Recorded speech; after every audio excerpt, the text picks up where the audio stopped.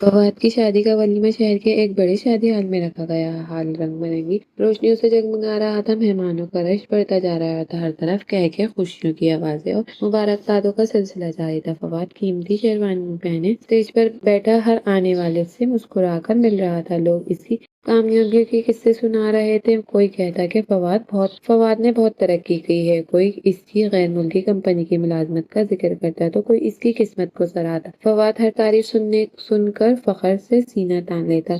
लेकिन इसी शादी हॉल के एक कोने में इसका बाप फारूक साहब खामोशी से बैठा था। इसने सादा सी धोती बांध रखी थी। सर पर पुरानी मगर साफ सुथरी पगड़ी थी। चेहरे पर बुढ़ापे की झुर्रियां साफ दिखाई देती थी। हाथों की रगें बरसों की मेहनत की गवाही दे रही थी। वो हर आने वाले को प्यार से देखता और दिल ही दिल में अपने बेटी की खुशियों के लिए दुआ करता रहता। इससे ये नहीं मालूम था कि चंद लम्हों बाद इसके दिल पर ऐसा जख्म लगने वाला है जो शायद जिंदगी भर न भर सके। फारूक साहब की पूरी जिंदगी जद्दोजहद से भरी हुई थी। वो एक छोटे से गांव में किसान थे। इसके पास ज्यादा जमीन नहीं थी, लेकिन मेहनत बेहिसाब थी। इनकी बीवी फवाद के बचपन में ही दुनिया से चली गई थी। इस दिन के बाद फारूक साहब ने दूसरी शादी नहीं की। उसने सोच लिया था कि अब इनकी जिंदगी सिर्फ इनके बेटे के लिए है। वो हर सुबह अंधेरे में खेत जाता, शाम ढले वापस आता, फिर घर आकर खुद खाना पकाता और फवाद को नहलाता पढ़ाता और रात गए तक इसके कपड़े धोता। कई कई रातें ऐसी गुजारी जब वो खुद भूखा सो गया, मगर बेटे को भूखा नहीं सोने दिया। जब फवाद ने शहर के कॉलेज में दाखिला लिया तो फीस भरने के लिए इसने आधी जमीन बेच दी। गांव वालों ने कहा बुढ़ापे का सहारा मत बेचो, मगर फवाद साहब ने हंस कर कहा जमीन फिर आ जाएगी, लेकिन अगर बेटे का मुस्तकबिल ना बना तो सब कुछ खत्म हो जाएगा। फवाद पढ़ाई में ज़हीन था। वो शहर गया तो वहाँ की चमक दमक ने इसकी सोच बदलनी शुरू कर दी। वो हर हफ्ते बाप को खत लिखता, फिर महीने में एक फोन करता और आखिरकार सिर्फ जरूरत के वक्त राब्ता रह गया। जब भी फारूक साहब इससे मिलने शहर जाता, फवाद शर्मिंदगी महसूस करता। वो अपने दोस्तों से कहता हमारे गांव के एक बुजुर्ग हैं, वो कभी इन्हें बाप कहकर मुतारिफ न कराता। फारूक साहब ये सब महसूस करता, मगर खामोश रहता, क्योंकि इसके लिए बेटे की खुशी अपनी इज्जत से बढ़कर थी। पढ़ाई मुकम्मल होने के बाद फवाद को एक बड़ी कंपनी में मुलाजमत मिल गई। फिर वो बैरून मुल्क गया। वहाँ इसकी तनख्वाह लाखों में हो गई। इसने शहर में बड़ा घर, महंगी गाड़ी खरीदी और बड़े बड़े लोगों में उठना बैठना शुरू कर दिया। अब इसकी गुफ्तगू भी बदल गई थी।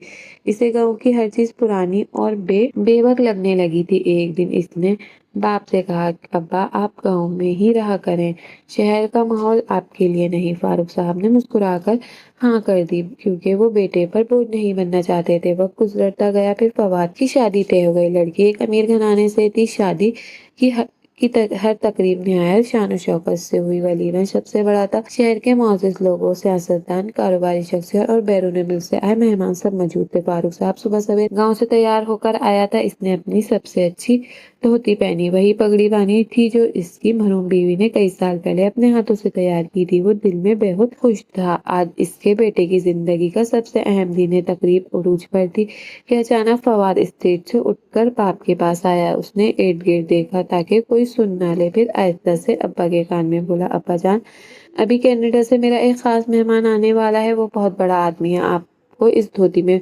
पगड़ी में देखेगा तो मुझे शर्मिंदगी होगी। आप ऐसा करें, खाना प्लेट में डालकर बाहर पार्क में जाकर खाएं। जब वो चला गया तो फिर वापस आ जाना। ये अल्फाज फारूक साहब के दिल में तीर की तरह उतर गए। चल लम्हों तक वो बेटे का चेहरा देखता रहा। शायद इसे उम्मीद थी कि फवाद हंसकर कहेगा मैं मजाक कर रहा था, मगर फवाद के चेहरे पर संजीदगी थी। फारूक साहब की ने नजरें झुका ली और आहिस्ता से उठ खड़ा हुआ। उसने किसी से कुछ नहीं कहा, खामोशी से खाने की मेज पर गया, प्लेट में थोड़े से चावल डाले और हाल से बाहर निकल आया। बाहर शदीद गर्मी थी। सूरज ढलने के बावजूद हफ्स कम नहीं हुई थी। पार्क में एक पुरानी बेंच पड़ी थी।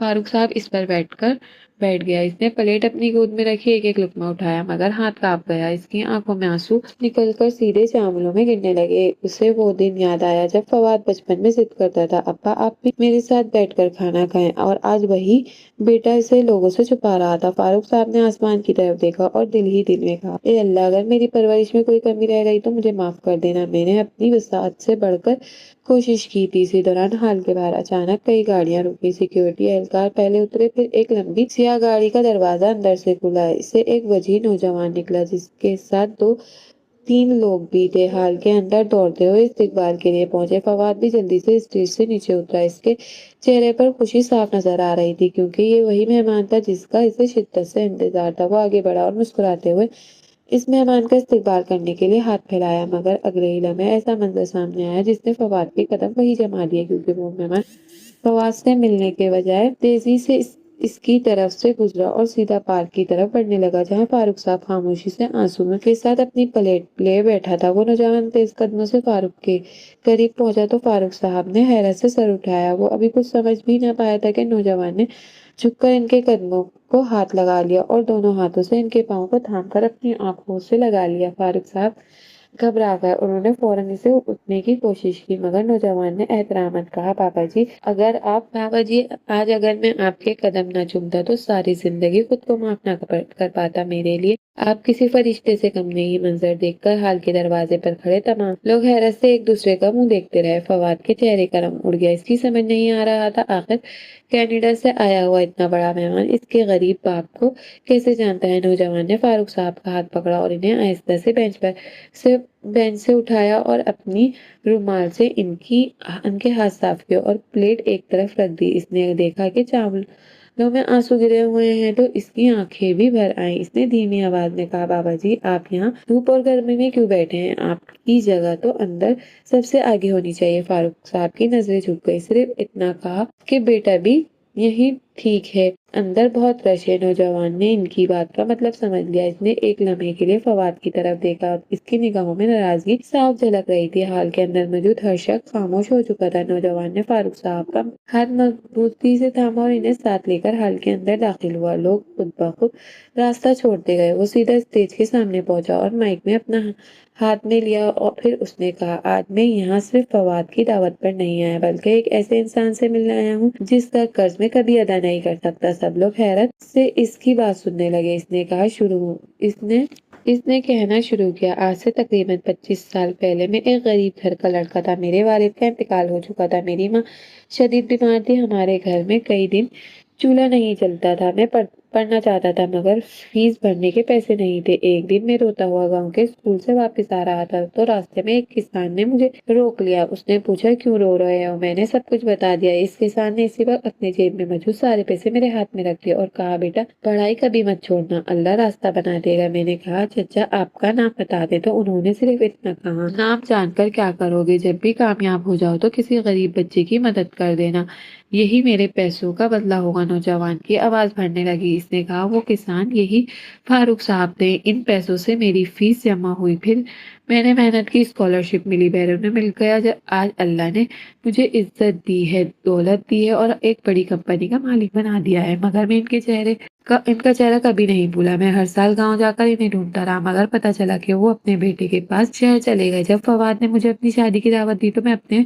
वालिद का नाम बताया तो मेरी खुशी की कोई हद ना रही। मैंने सोचा आज अपने मोहसिन का शुक्रिया अदा करूं, लेकिन यहाँ आकर देखा तो जिन्होंने दूसरों की को इज्जत दी, इन्हें खुद इज्जत नहीं दी जा रही थी। पूरे हाल में खामोशी छा गई। हर शख्स की नजरें फवाद पर जम चुकी थी। फवाद का सर झुक गया। इसके पास अपनी सफाई कहने के लिए एक अल्फाज भी नहीं था। इसकी दुल्हन भी स्टेज पर बैठी ये सब देख रही थी। इसकी आंखों में भी अफसोस था। नौजवान ने फारूक साहब का हाथ पकड़ा और इन्हें स्टेज पर ले आया, अपनी नशिस्त पर बिठाया। फिर इसने सब मेहमानों से कहा, आज इस तकरीब के सबसे बड़े मेहमान यही हैं। अगर ये न होते तो शायद आज यहाँ ना होता। इसके बाद इसने खुद अपने हाथ से फारूक साहब को खाना पेश किया और इनके साथ बैठकर खाना खाया। फवाद ये मंजर देखता रहा। फिर अचानक इसके कदम लड़खड़ा गए और दौड़कर अपने बाप के सामने आ गया। इसने सबके सामने घुटनों के बल बैठकर बाप के कदम पकड़ लिए। इसकी हिचकियां बन गई। वो रोते हुए कहने लगा, अब्बाजान मुझे माफ कर दे, मैं दौलत के नशे में अंधा हो गया था। मैं भूल गया था आज जो कुछ हूँ आपकी कुर्बानियों की वजह से हूँ।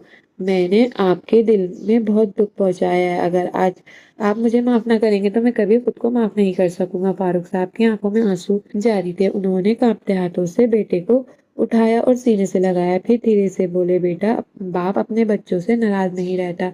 बस इतना याद रखना, इंसान की असल पहचान इसके कपड़े से नहीं इसका किरदार होता है। अगर तुमने ये सबक सीख लिया तो समझो میری ساری محنت کامیاب ہو گئی۔ حال تالیوں سے گونج اٹھا، لوگوں کی آنکھیں نم تھی۔ فواد کی دلہن بھی اسٹیج سے اتر کر آئی۔ اس نے احترام سے اپنے سسر کے ہاتھ چوم لیے اور پھر بولی، ابا جان، آج سے آپ کہیں نہیں جائیں گے، آپ ہمارے ساتھ رہیں گے۔ آپ اس گھر کے بڑے ہیں اور آپ کی عزت ہماری عزت ہے۔ کینیڈا سے آئے ہوئے مہمان نے مسکراتے ہوئے کہا، میں دنیا کے کئی ملک دیکھے مگر ایک باپ کی قربانی کسی دولت سے کم قربانی جیسی دولت کہیں نہیں دیکھی۔ آج میں ایک اعلان بھی کرنا چاہتا ہوں، میری کمپنی ہر سال ایسے 10 غریب بچوں کو تعلیم کا خرچہ اٹھائے گی جن کے والدین مالی مشکلات کا شکار ہیں۔ اس منصوبے کا نام فاروق صاحب کے نام پر رکھا جائے گا تاکہ لوگ جان سکیں کہ ایک سچے باپ کی قربانی کتنی زندگیاں بدل سکتی ہے۔ اس رات ولیمے کی تقریب لوگوں کو کھانے یا سجاوٹ کی وجہ سے یاد نہ رہی بلکہ اس منظر کی وجہ سے یاد رہی